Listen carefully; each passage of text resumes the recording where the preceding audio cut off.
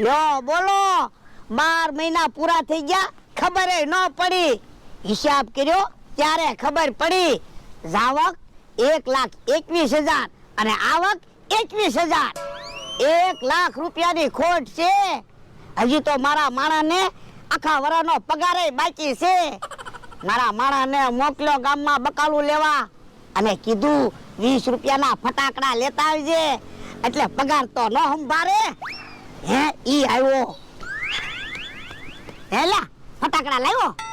હે કેમ આજ બકાલું પેલા નો સંભાળ્યો ને ફટાકડા સંભાળ્યા એ મને એમ થયું બકાલાની માથાકૂટમાં ચાક ફટાકડા નથી ભૂલી ગયો ને એટલે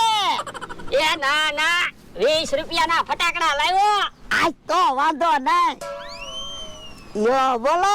20 રૂપિયાના ફટાકડા લઈ દીધા એમાં કેટલો રાજી છો